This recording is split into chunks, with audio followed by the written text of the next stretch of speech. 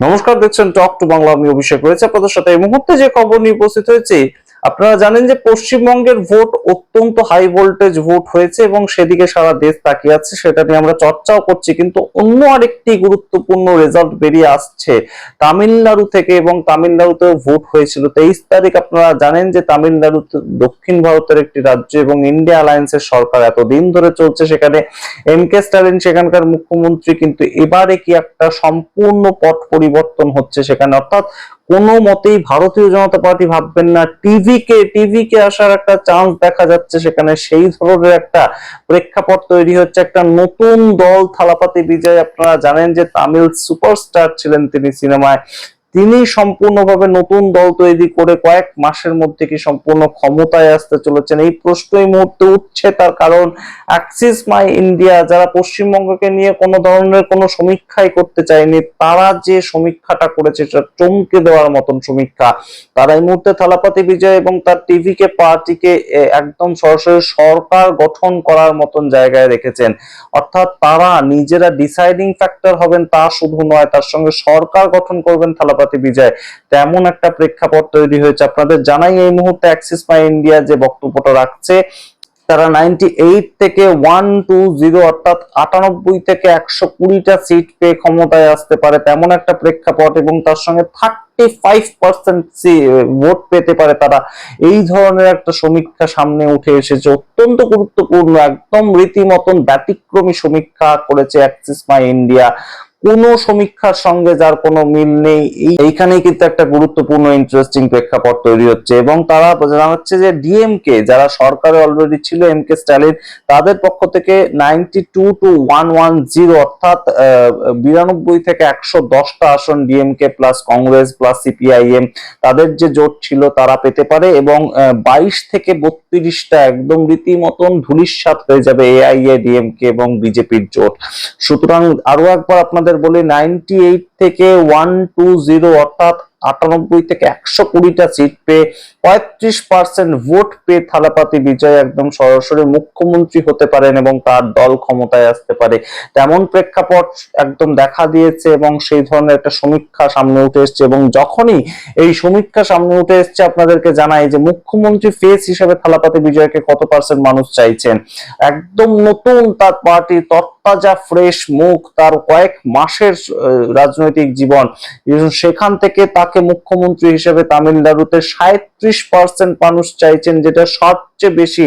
তার থেকে কম এম.কে. স্টালিনকে চাইছেন 35% মানুষ মুখ্যমন্ত্রী হিসেবে। সুতরাং এই মুহূর্তে একটা ইতিহাস তৈরি হওয়ার মতন প্রেক্ষাপট তৈরি হয়েছে তামিলনাড়ুতে। প্রথম কোন পার্টি খুলে প্রথম নির্বাচনে লড়াই করে। আপনারা দেখেছেন যে বিহারে জনসুরাজ দল অর্থাৎ প্রশান্ত কিশোর, যিনি এত বড় একজন পলিটিক্যাল স্ট্র্যাটেজিস্ট ছিলেন, বিভিন্ন রাজ্যে তার হাত ধরে জয় এসেছে বিভিন্ন পলিটিক্যাল পার্টির, তিনি নিজে সম্পূর্ণ শূন্য আসন লাভ করেছেন। তো সেইখানে যদি এই ধরনের একটা রেজাল্ট থালাপাতি বিজয় আনতে পারেন, সেটা অবশ্যই ইতিহাস তৈরি হয়ে থাকবে। আমরা বলছি না যে একদমই কোথাও হয়নি ভারতবর্ষে, কিন্তু একদম রীতিমতো নজিরবিহীন একটা ঘটনা। এবার আপনাদের জানাই এই মুহূর্তে এআইএডিএমকে সঙ্গে সঙ্গে কিন্তু অ্যাপ্রোচ করতে শুরু করে দিয়েছে এই সমীক্ষা সামনে আসার পরেই থালাপাতি বিজয় টিভিকে পার্টিকে, যে তারা তাদের সঙ্গে আসুক এবং বিজেপির জোট সরকার তৈরি হোক, এআইএডিএমকে এবং ইন্ডিয়া অ্যালায়েন্স বিরোধী সরকার তৈরি হোক।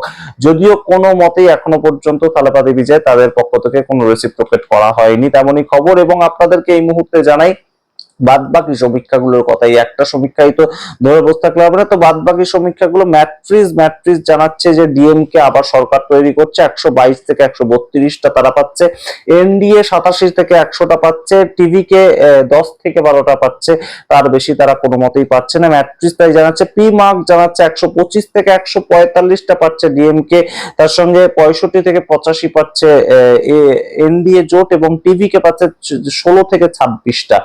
তার সঙ্গে পিপলস পালস তারা জানাচ্ছে 125 থেকে 145 ডিএমকে এবং ইন্ডিয়া অ্যালায়েন্সের যে জোট, তার সঙ্গে এনডিএ বিজেপির সঙ্গে যে জোট এনডিএ জোট, তারা পাচ্ছে 65 থেকে 80টা, 18 থেকে 24টা পাচ্ছে টিভিকে।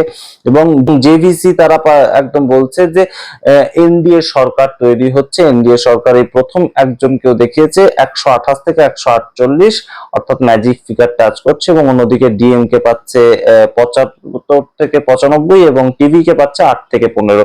সুতরাং সামগ্রিকটা এই মুহূর্তে যে ছবিটা উঠে আসছে ম্যাক্সিমাম সমীক্ষাতে, যে ডিএমকে আবার প্রত্যাবর্তন করছে তাদের সরকার নিয়ে এবং ইন্ডিয়া অ্যালায়েন্সের একটা সরকার তৈরি হচ্ছে, কিন্তু এই মুহূর্তে অ্যাক্সিস মাই ইন্ডিয়া যে ছবিটা দেখিয়েছে সেই ছবিটা কিন্তু রীতিমতন চমকে দেওয়ার মতন। অবশ্যই আপনাদের সামনে রাখলাম। এই ধরনের ঘটনা যদি ঘটে ভারতবর্ষে, এই ধরনের ঘটনা কোথায় কোথায় কবে ঘটেছে সেটা একটু আপনাদের ইতিহাস থেকে তুলে এনে বলি। একদম সরাসরি এম.টি. রামারাও, তার ক্ষেত্রে এই ধরনের ঘটনা ঘটেছিল। অন্ধ্রপ্রদেশে তিনি টিডিপি যে পার্টি এখন ক্ষমতায় রয়েছে, চন্দ্রবাবু নাইডুর পার্টি, সেই টিডিপি পার্টি তৈরি করেছিলেন এবং তৈরি করার 6 মাসের মধ্যে তিনি কিন্তু ক্ষমতায় চলে এসেছিলেন অন্ধ্রপ্রদেশে। সেই ঘটনা ঘটেছিল বহু পুরনো সময়, কিন্তু সেই ঘটনা ঘটেছিল, ইতিহাস তার সাক্ষী ছিল এবং এম.টি. রামারাও তিনি একজন ফিল্ম স্টার ছিলেন।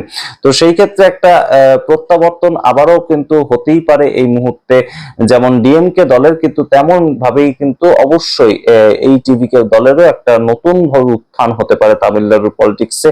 এবং কেজরিওয়াল অরবিন্দ কেজরিওয়াল, তার নাম মেনশন করতেই হয় এই সমস্ত ক্ষেত্রে, তার কারণ নতুন দল তৈরি করে কংগ্রেসের সাপোর্ট নিয়ে কেজরিওয়াল কিন্তু অবশ্যই ক্ষমতায় এসেছিলেন। কিন্তু কারণ কংগ্রেসের একদম শীলা দীক্ষিতকে হারিয়ে কেজরিওয়াল ক্ষমতায় এসেছিলেন যখন দিল্লিতে, তখন কংগ্রেস সম্পূর্ণ তারা হেরে গিয়েছিল কেজরিওয়ালের বিরুদ্ধে লড়াই করে, কিন্তু তারা চেয়েছিল বিজেপি যাতে কোনো মতেই রাজ্যে ঢুকতে না পারে, তাই জন্য তারা কেজরিওয়ালের যে সরকার তাকে বাইরে থেকে সাপোর্ট করেছিল এবং কেজরিওয়ালের প্রথম সরকার তৈরি হয়েছিল দিল্লিতে। তার পরবর্তীতে কেজরিওয়াল চলে যান 2014 সালে লড়াই করতে বেনারসে এবং সেখানে তিনি 1 লক্ষ মতন ভোট পান। তার পরবর্তীতে তিনি হেরে গিয়ে লোকসভা ভোট থেকে আবার ফিরে আসেন দিল্লির যে বিধানসভা ভোটে 2015 সালে তিনি জয়লাভ করেন একাই সংখ্যাগরিষ্ঠতা নিয়ে, কংগ্রেসের সাপোর্ট তার লাগেনি।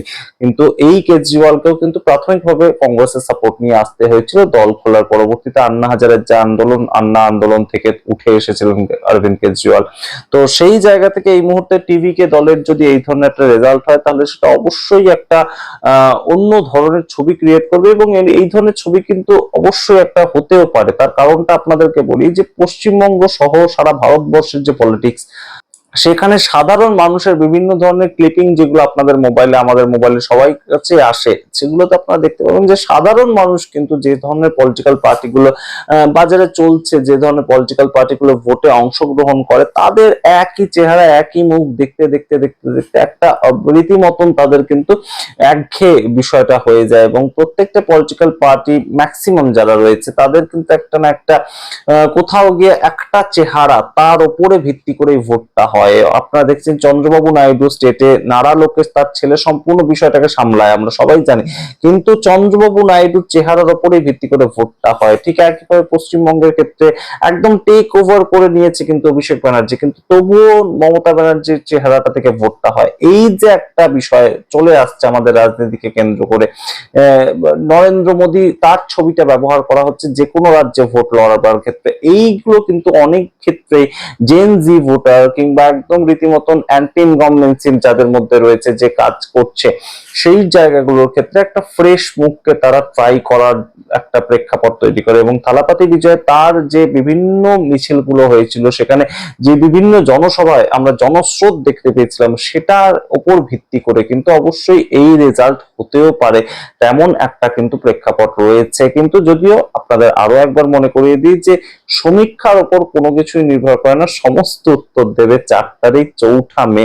আপনাদের সামনে অবশ্যই রাখবো। প্রত্যেকটা রাজ্যেরই ফলাফল রাখবো আপনাদের সামনে, আপনারা তখন মিলিয়ে দেখবেন যে কে সঠিক বলছে, কে মিথ্যা বলছে, কে ভুল বলছে। এখানে মিথ্যা বা সত্যির বলার কোনো জায়গা নেই, কারণ সমীক্ষা সবসময় সম্ভাবনার উপর দাঁড়িয়ে তৈরি হয়, কখনোই আসল ফলাফলের সঙ্গে তার মিল হলেও সেটাও যেমন কাকতালীয়, মিল না হলে সেটাও কিন্তু কাকতালীয়, এটা ধরে নিতেই হবে।